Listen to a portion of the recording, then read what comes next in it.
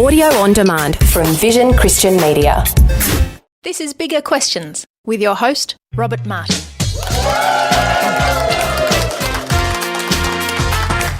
Welcome to Bigger Questions, recorded live in the city of Melbourne. Today's big question: how do I handle the pressure to have it all? We're asking this question today to Andrew Laird. Now, Andrew works for City Bible Forum in Melbourne and directs Life at Work, an initiative aimed at connecting Christian faith with our daily work. He's also an author of a book, Under Pressure, How the Gospel Helps Us Handle the Pressure of Daily Work. And he joins me now. Please welcome Andrew Laird.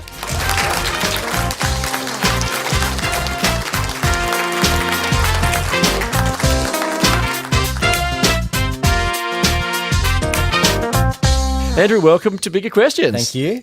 Now, you've written a book about pressure. Now, when I type in Under Pressure book into Google, your book doesn't appear until the second page. Okay. Now, so there's lots of other books called Under Pressure, about cooking, sports, performing under pressure, and even a romance novel. So do you think that the popularity of Under Pressure as a title means that lots of people feel under pressure? Oh, absolutely. I watch a bit of sport, and I particularly enjoy watching cycling. Yeah. And the number of times I'm watching cycling, and in the commentary, the phrase "under pressure" is used. And there's not too many sporting events that you watch, and they use that phrase. So yeah. It's a common phrase, common in our sporting commentaries, common in that world, but particularly in my experience, speaking with people who are in the workplace, I found it was a phrase that people used a lot to describe how they were feeling about their work and life. Yeah, yeah. So was this why you wrote the book about it? Well, partly. I mean, I'll be honest with you. One of the main reasons I wrote it was actually for myself. Okay. In that I wrestle with pressure, and in particular the pressure to have it all, as we're talking about today. And so, in some ways, first and foremost, I was writing it for myself, trying to figure it out for myself. How do I handle it? Yeah. But I had a hunch, as I said, speaking with other people in the workplace, that it might not just be me who had this question. So your book isn't a romance novel specifically. It focuses on work and the pressures connected to that. And you think that the Christian message, the gospel, has something worthwhile to say to it? Yeah, I mean, one of my convictions as a Christian person is that the Christian faith has something to say to all of life, including the pressure and the busyness of life too. Right. Well, to kick off Bigger Questions, we like to ask a couple of smaller questions. We do try to have a bit of fun on the show. Today we're asking Andrew Laird about the pressure to have it all. So, Andrew, I thought we'd test you on how much you know about having it all. Now, do you feel qualified at all? We'll probably come to this today and talk about my own pursuit of trying to have it all. So, yeah, maybe I'm qualified. Okay, well, we'll see how you go. 2 questions, both multiple choice. Question 1. Having it all is often associated with several acronyms encouraging the maximisation of life. So which of the following acronym is not directly connected with the idea of living your life and having it all? Is it A, FOMO, B, YOLO, C, JOLO, which is JOLO, or D, JLO? Okay, well, I know it's not the first one. Right. FOMO, because I actually mentioned that in one of the chapters of the book. Yep. And I also know it's not YOLO, you only live once. Yeah. I've never heard of, what's JOLO? JOLO, yeah. So I'm going to go with D, JLo, the singer. And the answer is indeed JLo. JLo, of course, is the nickname of actress and singer Jennifer Lopez, who I'm sure is a big fan of this show. JOLO is actually a bit of a counter trend, but it's actually joy of missing out, encouraging people to do what they already know what makes them happy. Uh-huh. Yeah. Okay. So perhaps for another chapter in the book, perhaps. Sure. Yeah. Question 2. The 1989 song I Want It All by the British rock band Queen starts with the lyrics, I want it all, I want it all, I want it all. What is the next line? Is it A, and I want a cow, B, and I want to plough, C, and I want it now, or D, and I want to wipe my brow? So which of those, one of those is actually correct, which of those is the next line in Queen's I Want It All song? I'll show my age here a little bit. The Queen is slightly before. I'm a child of the 90s, so Okay. This was 89. Yeah, so it just misses out. So I'm gonna have that as an excuse if I get it wrong. Okay. I'll go with perhaps the most obvious one, which would be C. The cow. Oh, sorry, no, sorry. So you want it... I'll go C. I want it now. Yes, that's correct. It is actually correct. Yes, so I want it now. I want it all, and I want it now. So, Andrew, well, you have it all. I did. I got because you had 2 of our 2 smaller questions right. A big round of applause. So do you think that these ideas of having it all and having it now resonate in our culture? Yeah, absolutely. The phrase "having it all" crops up all the time and in many different places. Yeah. And in fact, my reading in writing that book, preparing for it, I just was struck by how frequently that phrase is used. In fact, one author, Roman Krznaric, who's written a book called How to Find Fulfilling Work, he talks about in that book about having it all now is a widespread Western ambition. Right. That in the West, we're all trying to have it all. And I think there's a key reason for that. It's related to the wealth that we enjoy in the West. Yeah, okay. So we're wealthy, so we have options. Is that right? Exactly right. Yeah, when you're wealthy, one of the things that comes with that is choice. And all of those choices are before us. And a lot of them are really, really good choices. And so the pressure comes to try and enjoy it all and have it all. And you're also saying that they're, potentially attainable as well, these choices? Some of them. Yeah. Some of them. But I think perhaps this will discover or talk about that having them all is actually an impossibility. Right, okay, well, we'll get to that. So, but reflecting on the pressure to have it all actually forms the basis of your very first chapter in your book, Under Pressure. So why did you start the book that way? Yeah, that's a good question. Pressure can be internal and external. And often when we talk about pressure, and particularly the pressures of work, we usually talk about things outside of us that are pressing on us, perhaps a demanding boss, for example. But I wanted to start the book by actually thinking not so much about the things outside of us that might be causing us pressure, but actually the ways in which we might be putting pressure on ourselves. Mm-hmm. And so this pressure to have it all is usually, although not entirely, but usually it's self-inflicted. What are some of the choices that we are faced with as we think about the many choices? You're a wealthy generation, we're an options generation. What are some of the choices that we are faced with?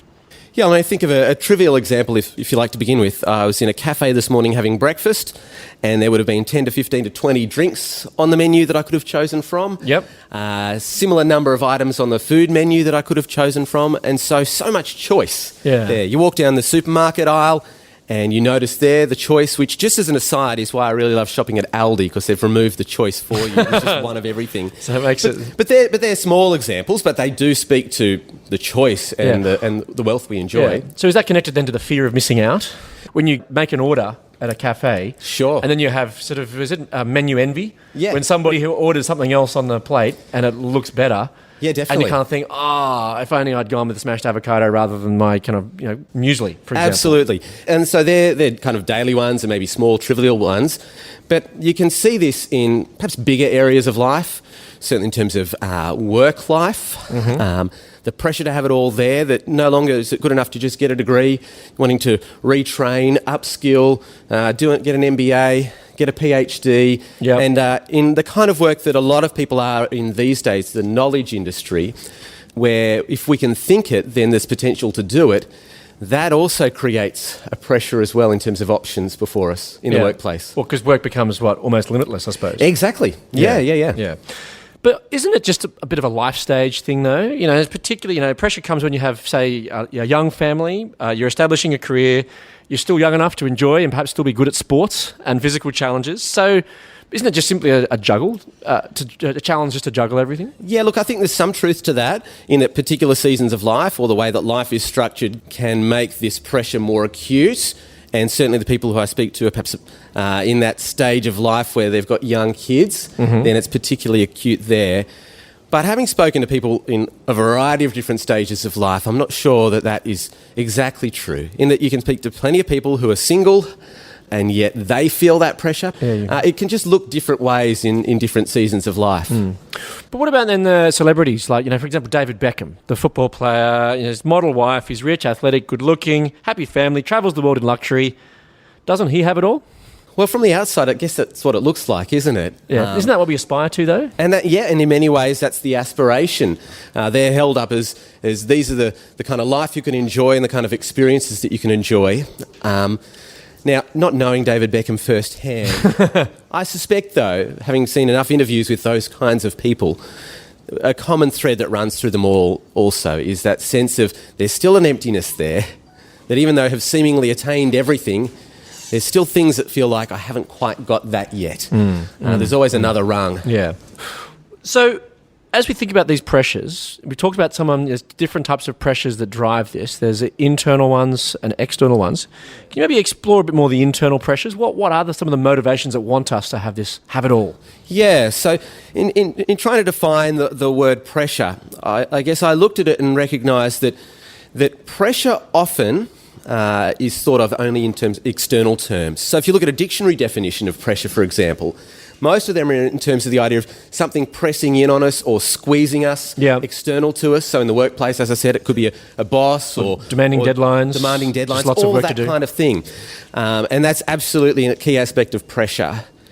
But from a Christian perspective, which is where I'm thinking from as well, is that oftentimes it can be internal as well, in that there can be things that we desire in our hearts that may be good things, some of them may be bad things, and our desire and our longing for those things and trying to gain and attain those things, we put enormous pressure on ourselves, whether it's in work life, home life, entertainment, travel, all those kind of experiences that we want to enjoy. And so for those of us who have to-do lists, oftentimes we're the ones responsible for having a really long to-do list. Yeah, but that's not always necessarily a bad thing. I mean, there's a saying that, pressure builds diamonds, so pressure makes diamonds, etc. So that's not necessarily bad, though. It just can help you to get things done, doesn't it? Yeah, so that's the other important aspect to think about in terms of pressure when we're defining it. We want to think about pressure both as external pressures and internal, but also pressure is a negative thing, which is usually how we talk about it, but also recognising that pressure and a good amount of pressure is actually a positive thing. So, I mean, there's a number of scenarios in life. I mean, you mentioned the diamond having pressure, as a coal having pressure and becoming the diamond. I was pumping up a soccer ball recently for my son, and where you stick the needle into the ball, it says recommended pressure. As in that there's a good amount of pressure that if there's not enough pressure in that ball, then it flops around the yard. Too much, it explodes. And so there is a good amount of pressure to have in our lives in pushing us and driving us towards good goals. Yeah, so then how do we work out what that is? That's the challenge, isn't it? That's the real challenge. Yeah, because, I mean, someone said that, a meme online which said that the pressure that can turn a lump of coal into a flawless diamond or can also turn an average person into a perfect basket case. Yes. So pressure could have the same impact depending on the circumstance. So how do we work out the difference? Yeah, well, as a Christian person, my response to that is that the Christian faith gives wisdom and resources to be able to handle that and to try and negotiate and navigate that. And also the Christian faith is actually a community, and that within the Christian community is often where I find the resources as well from other people. So what are some of the pressures that you feel personally? So I'm in a season of life, a similar to one you mentioned a moment ago, where I have family, 3 young kids. Yeah. But something that I have always loved and really pushed myself on in that area is actually the area of work. I've always been, I think, a reasonably driven person, and have always loved work and actually found a lot of satisfaction in my work as well too.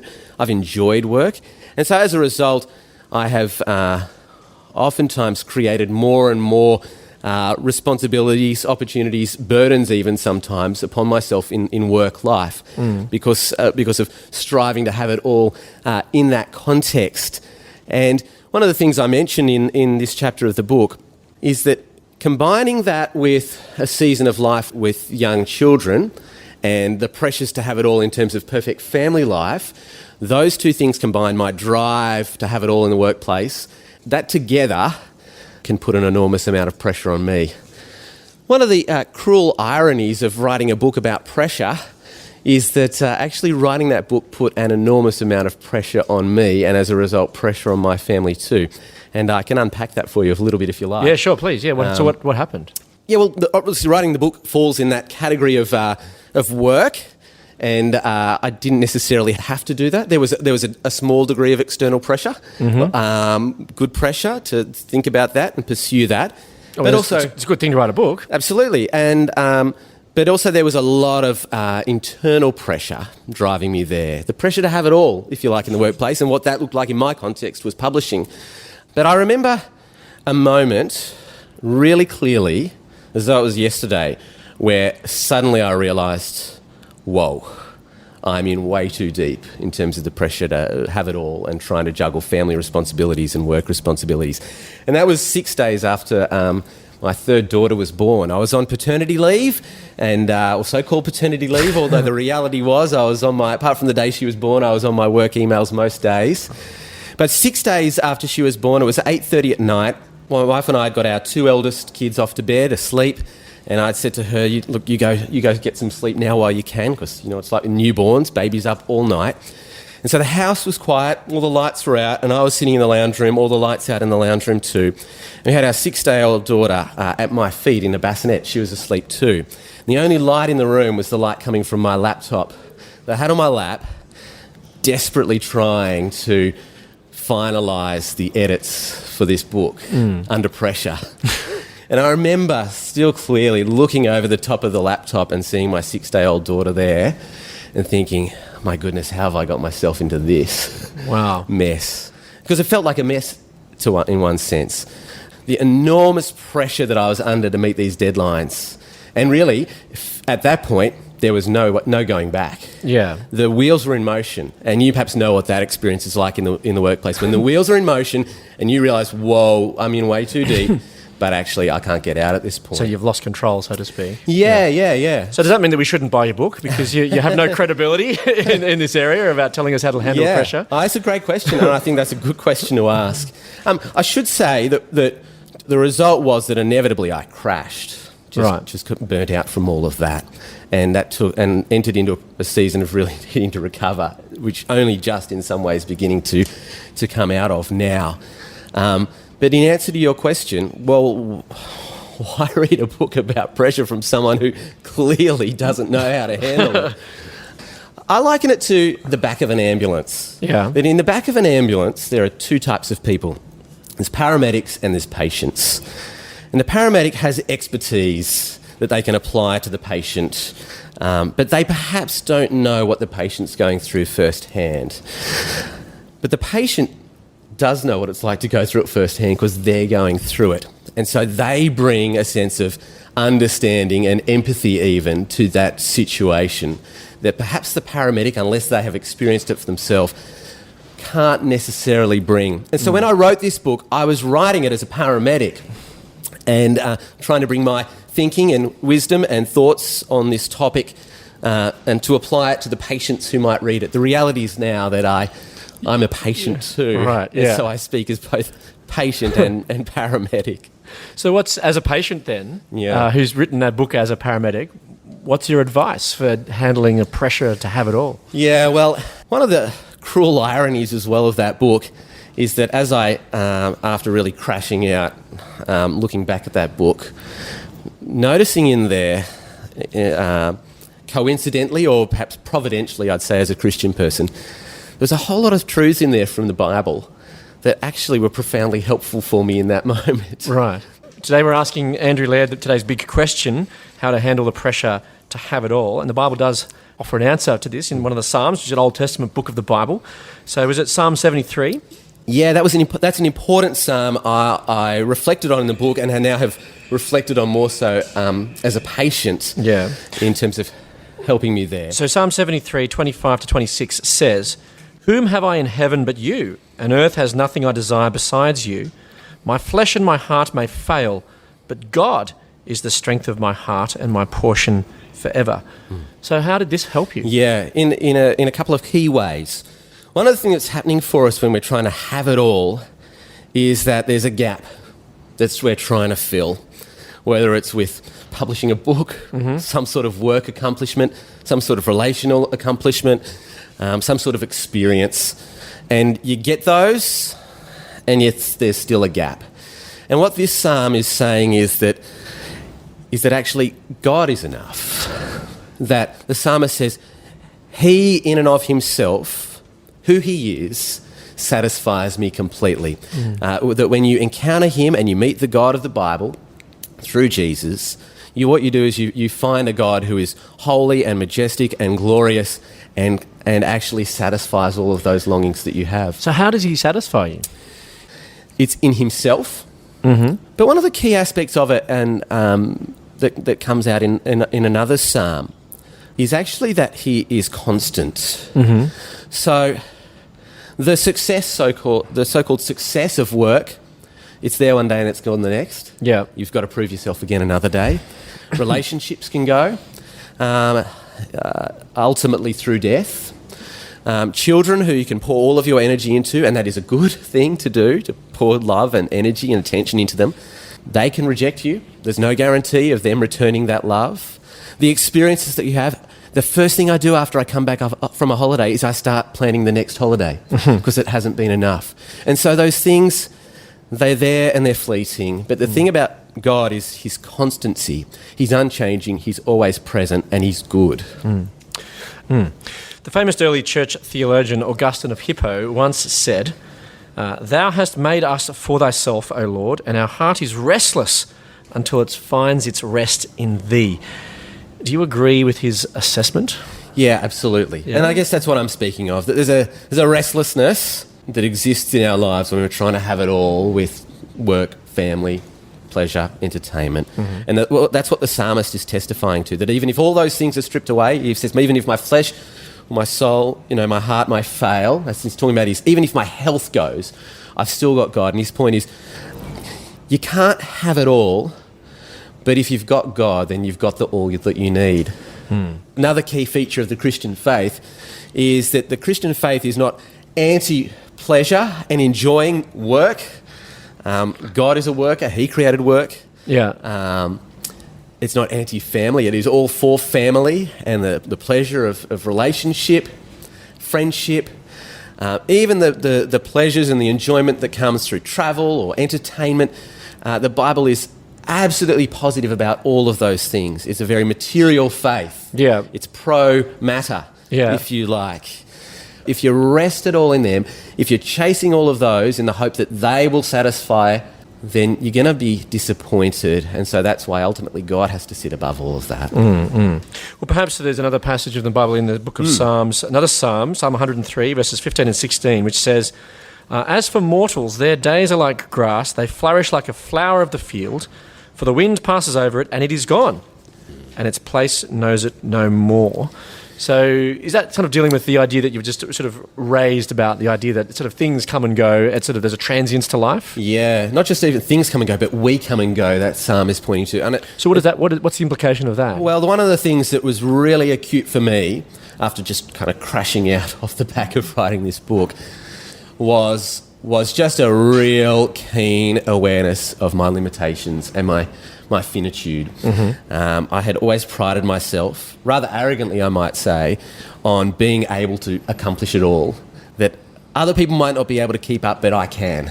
And so one of the really kind of stark and painful things through the experience for me was going, I am infinite. As the psalm says, you are- I'm You're finite. I'm finite. Just to clarify, I'm very clear on that. Not talking about, you're not a superhero here. That's right. I'm Yeah. finite. As the psalm says, we're dust. Yeah. We're passing, we're fleeting, we're here one day, gone the next. Yeah. And so realising that is actually really, really helpful, because then you actually have a perspective about how much I should and shouldn't try and take on. But the other thing that psalm says is that while we're finite, God is infinite. What I was talking to about before in terms of his constancy. In fact, it says that from everlasting to everlasting, the Lord's love is with those who fear him. That those other things fade and pass, we fade and pass, but the constancy of him, his presence and his love. So how would you write the book differently now? Yeah, that's a good question. I have reflected on that. There's a sense in which, not radically differently. Right. As I said, one of the things that was really striking and actually quite humbling was just how I was struck by the fact of the disconnect between what I knew, in fact, even what I was prescribing to others as a paramedic, and actually what I was living.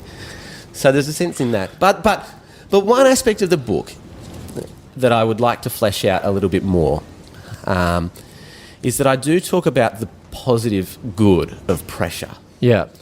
And that's certainly my testimony, that when you're under enormous pressure, even pressure to the point of it crushing you and breaking you, the Christian faith says, and my experience of this is, that God actually works through that for good. It's kind of like the lump of coal that he turns into a diamond. Now, not suggesting I'm a diamond, there's a way to go there. But that's my experience. Yeah. And that's something I think that I have learnt keenly and would flesh out more. So how do those ideas of understanding your own finitude and the sufficiency of God, how does that impact your life? Again, in the book, one of the things I do is I talk about heart change and habit change.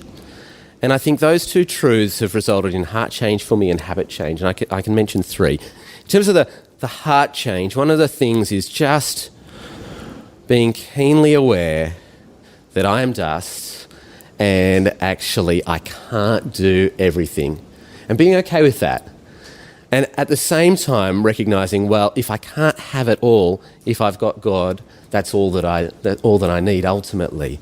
So that's the heart change that I try and speak to myself, but also try to invite others to speak to me as well too. But then that overflows into habits, and I can mention two habits. One is that heart change and embracing those truths gives you a real profound freedom to say no, which is something I've been practicing. A little way I practice it is looking at my to-do list regularly and trying to take things off the list. Good things, but that I know I can't in my finitude do that. But a second habit change is getting into the practice of, when I get home in the evening, turning off my phone for the couple of hours that my kids are awake, for them and dinner and bed. Because one of the things I noticed about trying to have it all is that I would try to have it all when I was playing with them and also still have one eye on my phone and see an email or craft a response in my head, even if I wasn't typing it on the phone. And actually, that's trying to have it all and nobody's winning there. And so saying, at this moment, in this time, I'm only present with them, that can wait till later.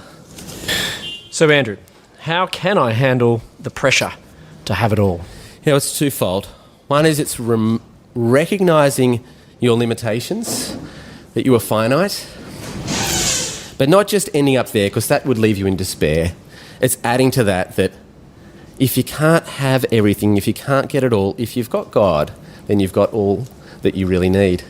Let me leave you with the Bible's answer to the big question. How do I handle the pressure to have it all? From Psalm 73:26. My flesh and my heart may fail, but God is the strength of my heart and my portion forever. I look forward to you joining us next time for Bigger Questions. Please thank our guest today, Andrew Laird.